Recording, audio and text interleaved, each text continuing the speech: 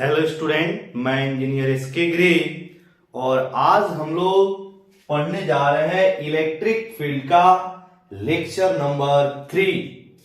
तो जो स्टूडेंट आज का लेक्चर देख रहे हैं, इससे पहले वह इलेक्ट्रिक फील्ड की लेक्चर नंबर 1 और लेक्चर नंबर 2 जरूर देखें, तब जाके आज का क्लास आपको और ज्यादा समझ में आएगा। क्लियर? तो आज के क्लास में हम लोग पढ़ेंगे electric field intensity due to a system of discrete point charges.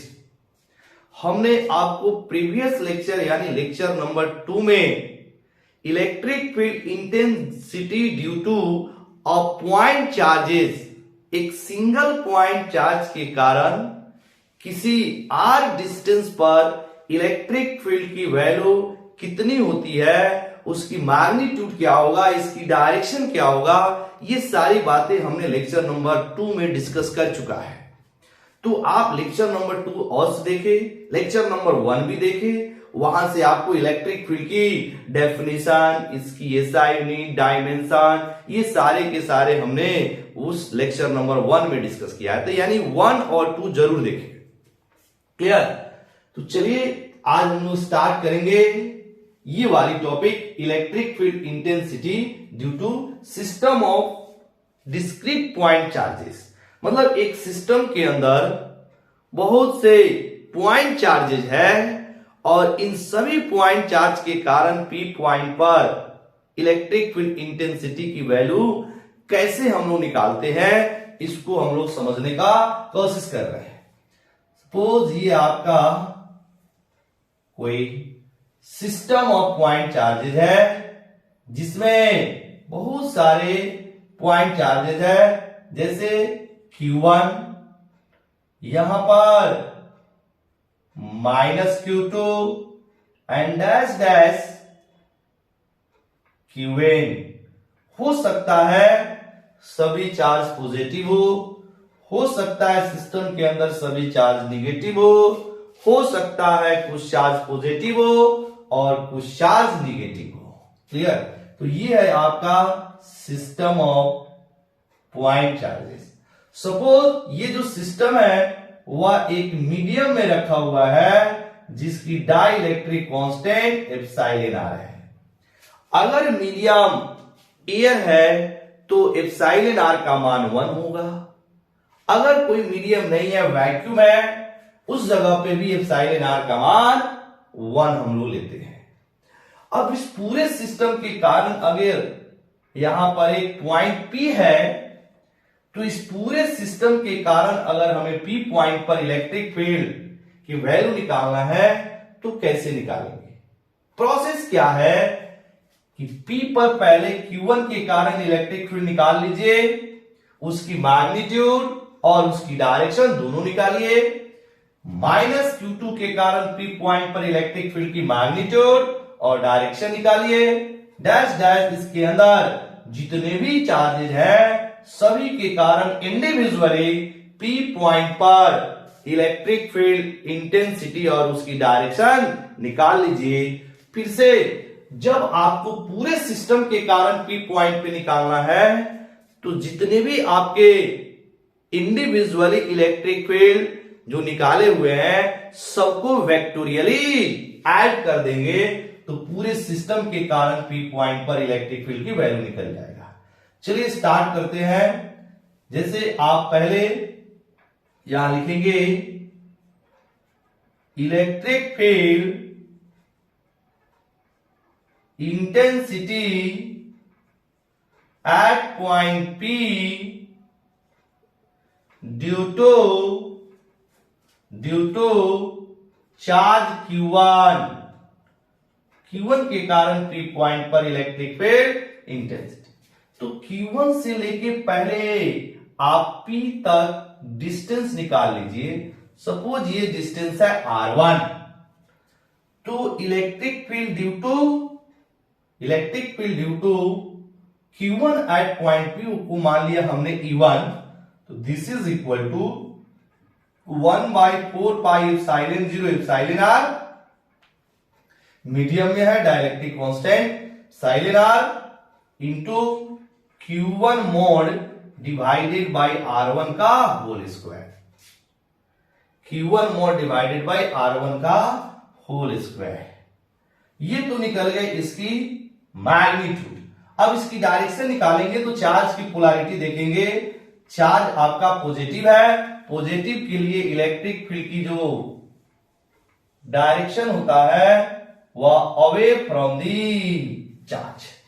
हमने आपको बताया है कि अगर आपका पॉजिटिव चार्ज है तो इलेक्ट्रिक फील्ड इंटेंसिटी किसी पॉइंट पे निकालेंगे तो ये हो जाएगा उसके मैग्नीट्यूड का, और डायरेक्शन निकालने के लिए चार्ज की पोलैरिटी देखते हैं। अगर चार्ज पॉजिटिव है तो इलेक्ट्रिक फील्ड की जो डायरेक्शन होगी वह अवे फ्रॉम द चार्ज होगी, मतलब चार्ज से दूर जाते हुए इलेक्ट्रिक फील्ड लाइंस को दिखाएंगे, इलेक्ट्रिक फील्ड को दिखाएंगे ऐसे।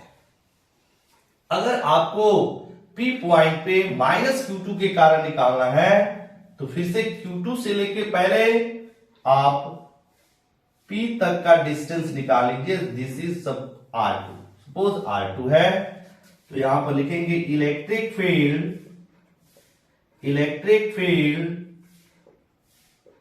Intensity at point P due to charge Q2। अगर इसको E2 बोले तो ये हो जाएगा 1/4 पाई एप्सिलॉन 0 एप्सिलॉन r और -Q2 mod divided by R2 का होल स्क्वायर। ये Q2 नहीं है, -Q2 जो है निगेटिव है, -Q2 ऐसे।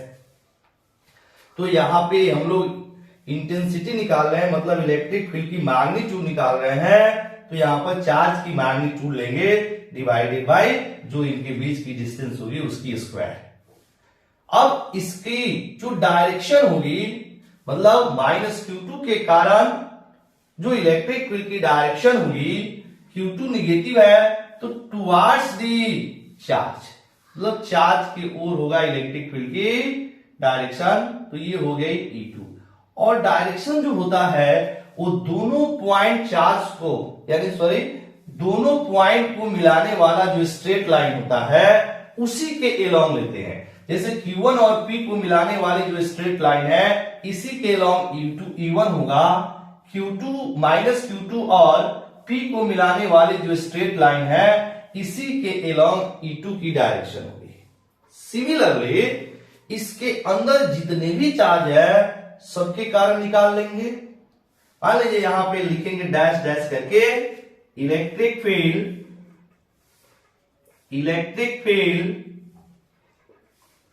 Intensity at point P due to charge Qn।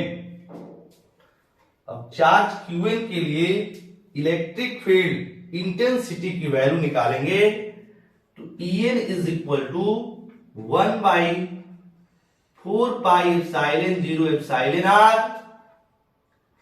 Qn mod divided by Rn का होल स्क्वायर। अब Rn क्या है, Qn से लेके P तक की डिस्टेंस मान लीजिए ये Rn है, ऐसे Rn हो गया। अब En की अगर डायरेक्शन निकालेंगे तो Q1 की पोलैरिटी देख लेंगे। Q1 की पोलैरिटी पॉजिटिव है तो जो En होगा अवे फ्रॉम द चार्ज, ये ऐसे हो गई En की डायरेक्शन। तो इसमें जितने भी चार्जेस हैं सभी चार्जेस की जो इलेक्ट्रिक फील्ड की मैग्नीट्यूड है, सभी चार्जेस के कारण जो इलेक्ट्रिक फील्ड की मैग्नीट्यूड है वो हमने निकाल लिया। जितने भी इलेक्ट्रिक फील्ड है सबकी डायरेक्शन हम लोग निकाल लेंगे। डायरेक्शन जब भी निकालेंगे चार्ज की पोलैरिटी को देखकर। अगर चार्ज पॉजिटिव है इलेक्ट्रिक फील्ड लाइंस बाहर की ओर, अगर चार्ज निगेटिव है तो इलेक्ट्रिक फील्ड लाइंस अंदर की ओर। और वो भी कैसे, जैसे आपके जो दो पॉइंट है उसको मिलाने वाले लाइन के ये निकल गया। इसके बाद अब हम लोग को क्या करना है, इस पूरे सिस्टम के कारण P पॉइंट पर इलेक्ट्रिक फील्ड निकालना है। तो इसको वेक्टोरियली जोड़ना पड़ेगा। क्या करेंगे, पूरे सिस्टम के कारण निकालने के लिए हम लोग इसको वेक्टोरियली जोड़ेंगे। यहां पे लिखेंगे now electric field intensity at point P due to system of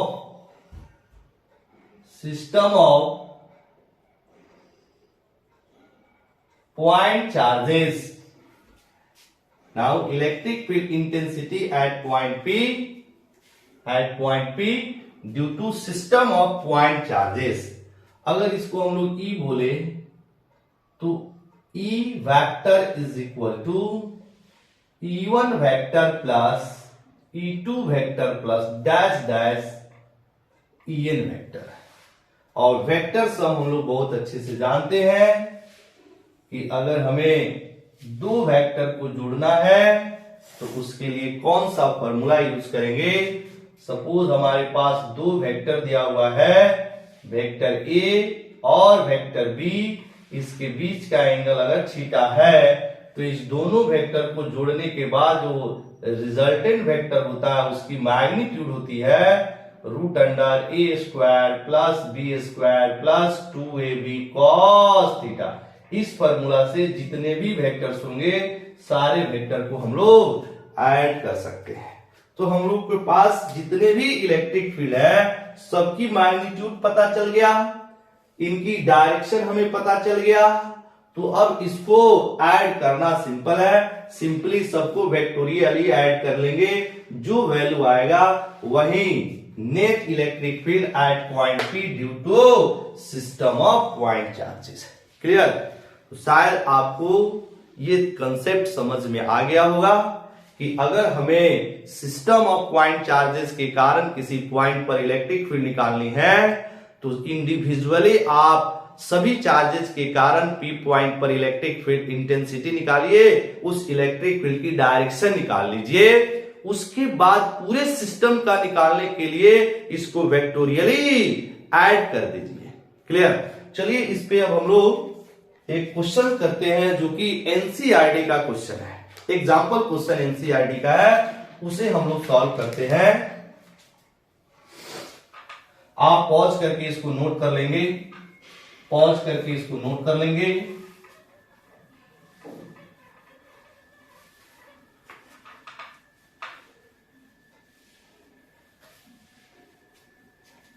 question क्या है यहां पर लिख रहे हैं, एनसीईआरटी का क्वेश्चन है।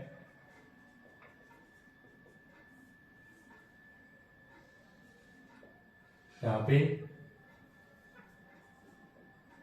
2 point charges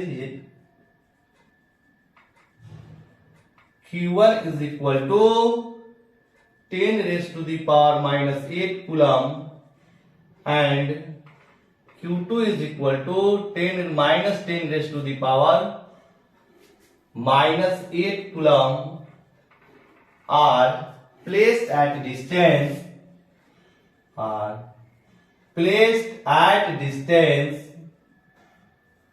0.1 meter apart. Full stop. Find the electric field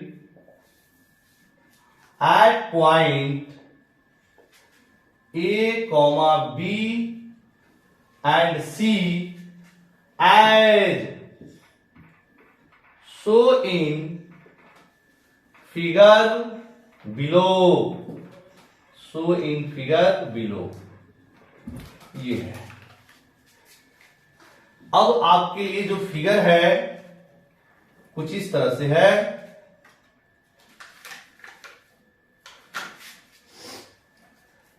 यहां पर दिया हुआ है charge Q1, this is equal to 10 raise to the power minus 8 coulomb, और यहां पे दिया है charge Q2, this is equal to -10⁻⁻8 coulomb.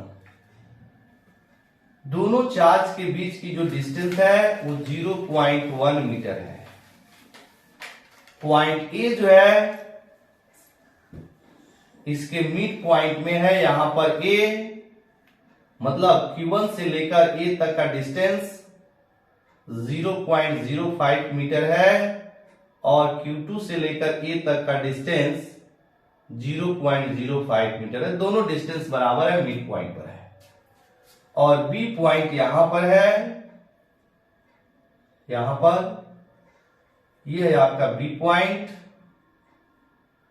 जो कि ये भी डिस्टेंस 0.05 मीटर पर है। एक सेकेंड, हम थोड़ा बड़ा फिगर बना रहा है, एक सेकेंड, ऐसे थोड़ा बड़ा फिगर बना रहे हैं। दिस इज Q1 बराबर 10⁻⁻8 कूलम, Q2 बराबर -10⁻⁻8 कूलम। इसके बीच की डिस्टेंस 0.1 मीटर और ए जो है इसके मिड पॉइंट पर है। ऐसे ये डिस्टेंसेज है 0.05 मीटर, ये ए, और फिर यहां से डिस्टेंस है 0.05 मीटर। Q2 से ए तक का डिस्टेंस और Q1 से ए तक का डिस्टेंस दोनों बराबर है, 0.05 मीटर के बराबर। और यहां पर आपका बी पॉइंट है, बी पॉइंट यहां है, ये यहां से ये वाली जो डिस्टेंस है 0.05 मीटर ही है। और सी जो है वो कुछ यहां पर है, ऐसे ये Q1 से इसकी डिस्टेंस दिया है 0.01 मीटर, सॉरी 0.1 मीटर, और Q2 से भी इसकी डिस्टेंस दिया है 0.1 मीटर। ये है पॉइंट सी। अब हमें पॉइंट ए, पॉइंट बी और पॉइंट सी पर Q1 और Q2 के कारण इलेक्ट्रिक फील्ड की मैग्नीट्यूड और डायरेक्शन निकालना है। सॉल्यूशन, पहले हम लोग चलते हैं ए पॉइंट पर इलेक्ट्रिक फील्ड इंटेंसिटी निकालते हैं Q1 और Q2 के कारण। तो यहां पर लिखेंगे इलेक्ट्रिक फील्ड एट पॉइंट ए, यानी पॉइंट ए पर इलेक्ट्रिक फील्ड की वैल्यू किसके कारण, तो Q1 और Q2 दोनों के कारण। लिख सकते हैं इसमें due to Q1 and Q2। तो पहले Q1 के कारण एक पे निकालिए, electric field at point A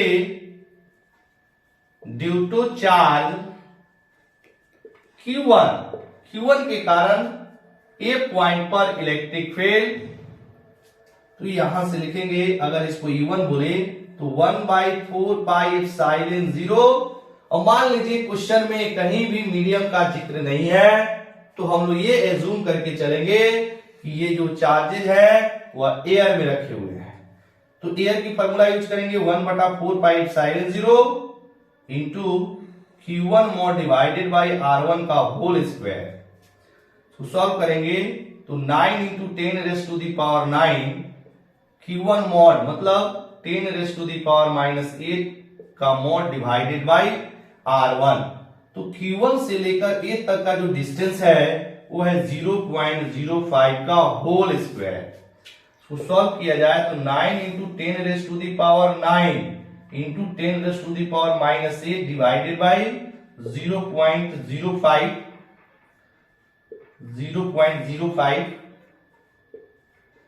into 0.05।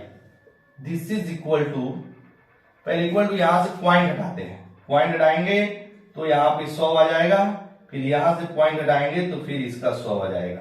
अब कटाएंगे 5 हो गया तो 20 25 100, और फिर ये कटेगा आपका 20 25 100। अब ये आ गया आपका 9 चौका 36 36। अब यहाँ पे 2 0 और 10 की पावर +9 और 10 की पावर -8 मिलके 1 0 देगा, तो ये हो जाएगा 10 की power +3 newton per coulomb. Solve करेंगे तो यही आएगा।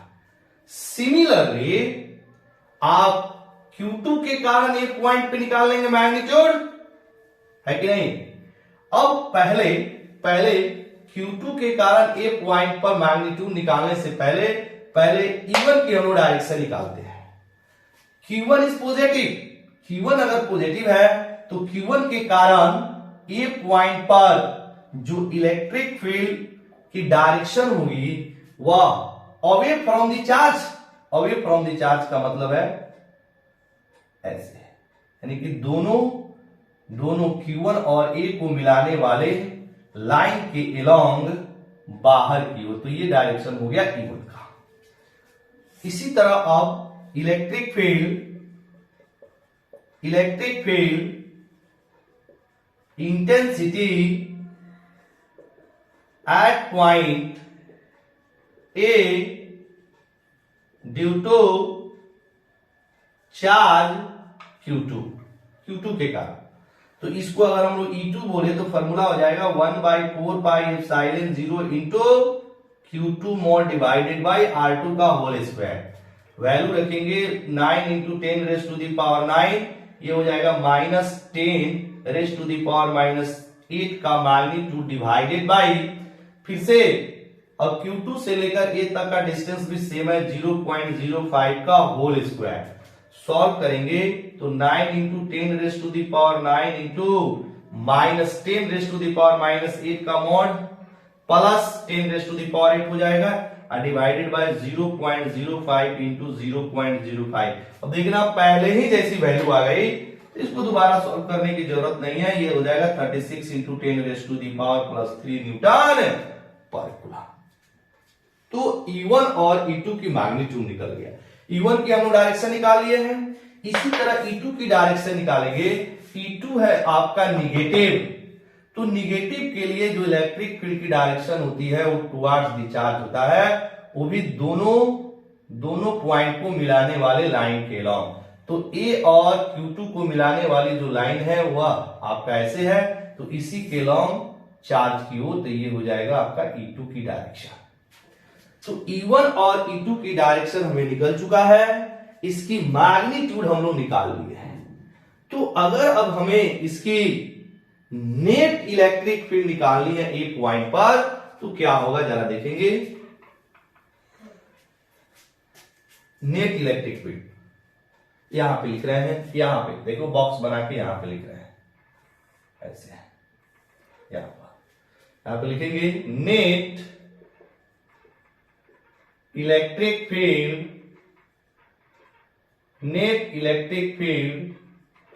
Eight point A, net electric field at point ए। अब इसके लिए E1 की डायरेक्शन और E2 की डायरेक्शन दोनों सेम है, तो जब दो वेक्टर एक ही डायरेक्शन में होता है तो इसकी जो रिजल्टेंट होती है वो डायरेक्ट दोनों वेक्टर के मैग्नीट्यूड को ऐड कर देते हैं।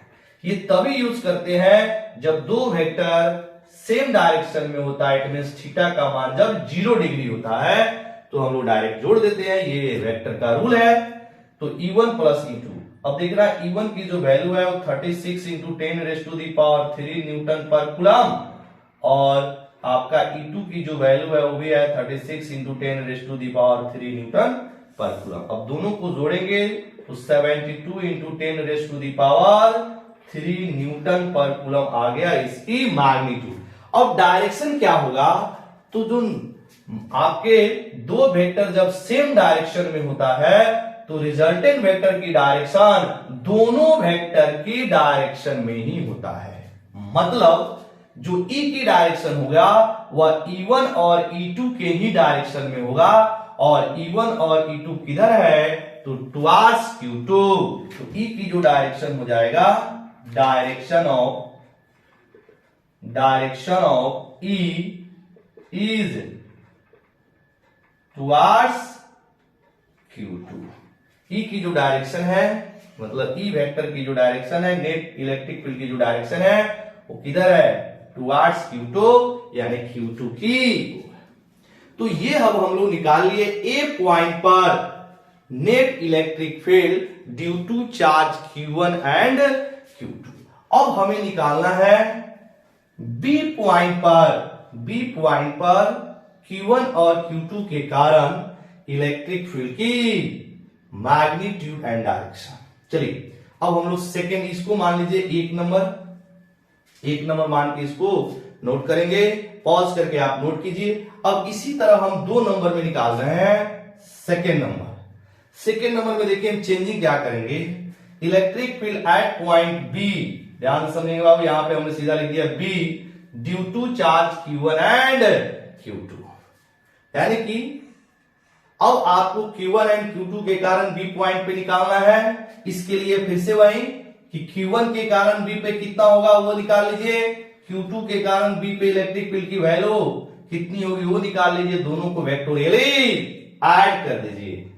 तो अगर अब हम लोग चले electric field at point B point पर ड्यू टू चार्ज Q1, तो ये तो वैल्यू आपका हो जाएगा Q1 is equal to 1/4πε0 Q1 mod divided by R1। तो R1 अब इसमें हो जाएगा Q1 से लेकर B तक का डिस्टेंस, Q1 से लेकर B तक की डिस्टेंस। अब आप यहां पर वैल्यू कैसे चेंज होगा ध्यान से समझेंगे। ये 9 × 10⁻⁹ तो होगा। अब आइए Q1 मॉड यानी 10 की पावर -8 का मॉड पॉजिटिव है तो पॉजिटिव रहने दे रहे हैं, डिवाइडेड बाई R1 यानी 0.05 का होल स्क्वायर, ये पहले ही जैसा आया, यानी कि जब इसको सॉल्व करेंगे तो आ जाएगा 36 × 10⁻³ न्यूटन पर कूलम। क्लियर। अब ये मैग्नीट्यूड निकल गया, इसकी डायरेक्शन निकालना है।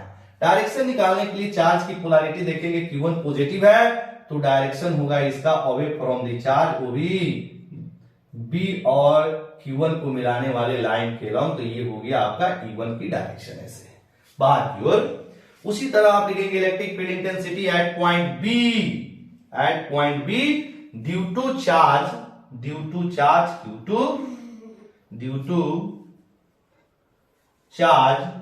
Q2, ये हो जाएगा E2 बराबर 1/4πε0 Q2 डिवाइडेड बाई R2 का होल स्क्वायर।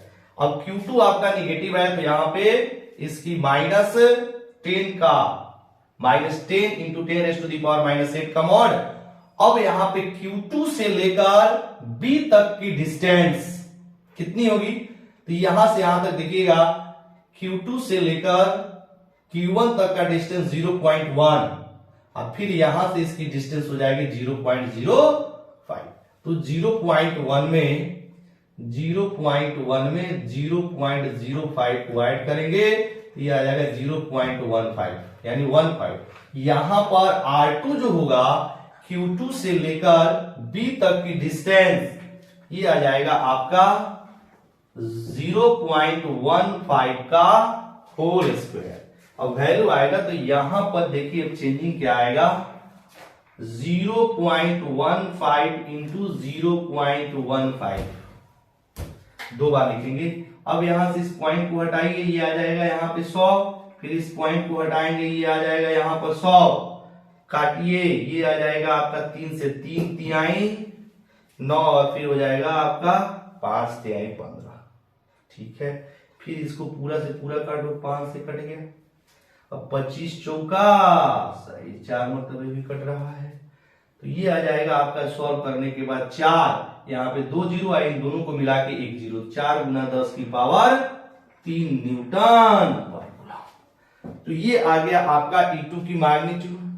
अब इसकी डायरेक्शन निकालेंगे तो Q2 इज निगेटिव, तो निगेटिव के लिए इलेक्ट्रिक फील्ड किधर होती है, B पॉइंट पे हमें निकालना है।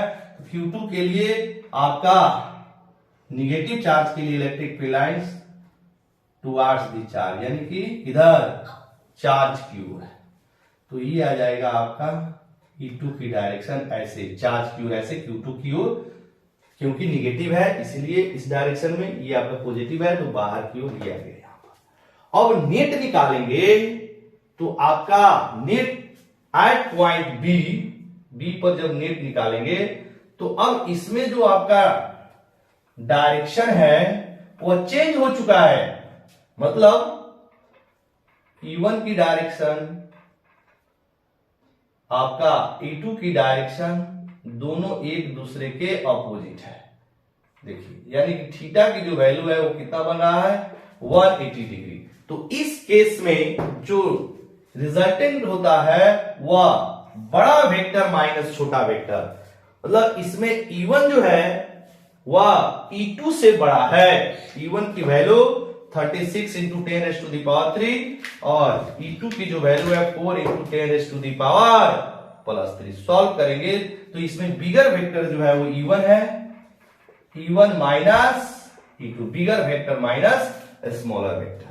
अब इसको सॉल्व किया जाए तो ये हो जाएगा 36 into 10 raise to the power 3 minus 4 into 10 raise to the power 3। Solve करेंगे तो ये हो जाएगा 32 into 10 raise to the power 3 newton per coulomb. ये हो गई इसकी मैग्नीट्यूड। और जो डायरेक्शन होता है, जब दो वेक्टर 180 डिग्री के एंगल पे कर रहे होते हैं तो इसके रिजल्टेंट के डायरेक्शन ऑलवेज बिगर वेक्टर की ओर होता है, क्योंकि जो रिजल्टेंट होता है वो बिगर वेक्टर माइनस स्मॉलर वेक्टर, और जो रिजल्टेंट की डायरेक्शन होता है वो बिगर वेक्टर की ओर होता है। तो इसकी डायरेक्शन किधर हो जाएगी E1 की ओर, और E1 किधर है यानी कि Q1 से बाहर है। तो इसकी डायरेक्शन हो जाएगी टुवर्ड्स E1, टुवर्ड्स E1 की ओर, क्योंकि जो डायरेक्शन E1 का होगा वही डायरेक्शन आपका E का होगा, क्योंकि E1 बड़ा है। तो ये आ गई आपका B पॉइंट पे। अब नेक्स्ट यहां पर C पॉइंट पे निकालना है। तो C पॉइंट में भी सेम चीज आप इसको पॉज करके नोट कर लीजिएगा। अब हमें C पॉइंट पे निकालना है, इसको इसी पे हम लिख रहे हैं 3 number. Electric field intensity at point C due to charge Q1 and Q2। अब C पॉइंट पे निकालना है तो क्या हो जाएगा, पहले उसी तरह electric field intensity at point C due to charge Q1। Formula यहां Q1 से अब C तक की दूरी हो जाएगी 0.1। फॉर्मूला तो यही होगा, यहां तक सेम रहेगा, ये वैल्यू चेंज होगी, ये हो जाएगी 0.1 का होल स्क्वायर। अब इसको जरा सॉल्व किया जाए, ये आ जाएगा 9 into 10 raise to the power 1। इसको सॉल्व कर दिया पहले, ये आ जाएगा 0.1 इंटू 0.1, पॉइंट हटाएंगे ये हो जाएगा 10, फिर यहां से पॉइंट हटाएंगे ये हो जाएगा 10। सॉल्व करेंगे तो 9 into 10 raise to the power 3 newton per coulomb.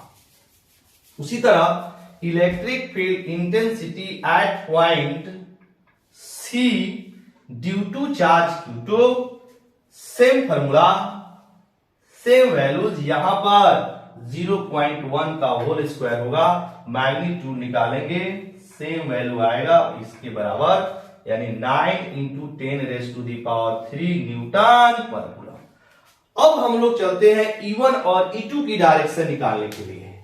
तो आपका जो E1 की डायरेक्शन होगी, Q1 क्या है, पॉजिटिव है, तो पॉजिटिव के लिए जो इलेक्ट्रिक फील्ड लाइंस होता है वह आप इलेक्ट्रिक फील्ड की जो डायरेक्शन होती है वह बाहर की ओर, ऐसे दोनों पॉइंट को यानी Q1 और C पॉइंट को मिलाने वाले लाइन के लॉन्ग बाहर की ओर, तो ये हो गया आपका E1 की डायरेक्शन।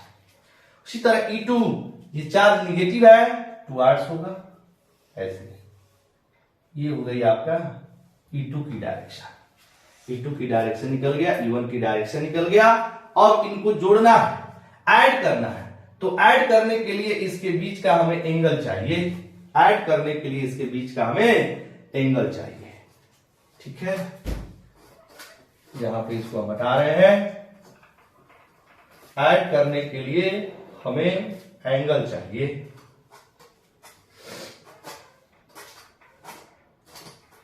ये हो जाएगा आपका 10, ये वैल्यू आ गया। अब इसको आप पॉज करके नोट कर लीजिएगा, वैल्यू E1 हम यहां लिख दे रहे हैं।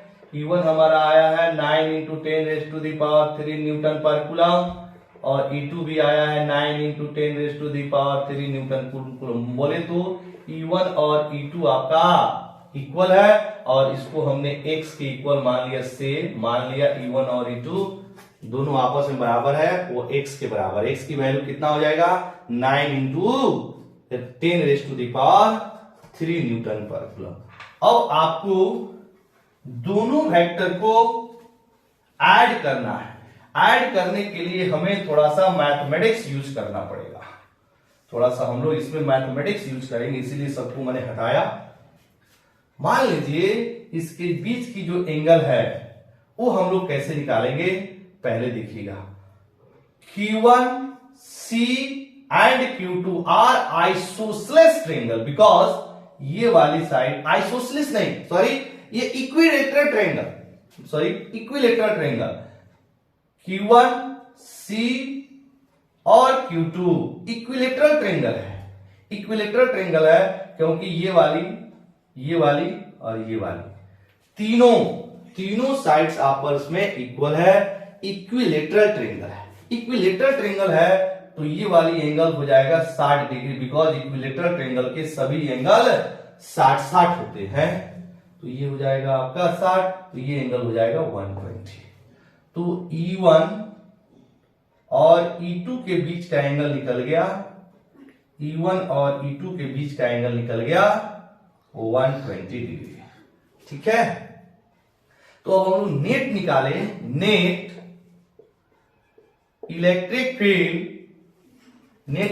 Field at point C is, यानी जब दो वेक्टर 120 डिग्री के एंगल पे हो तो नेट निकल जाएगा, यहां पे आप E1 square plus E2 square plus 2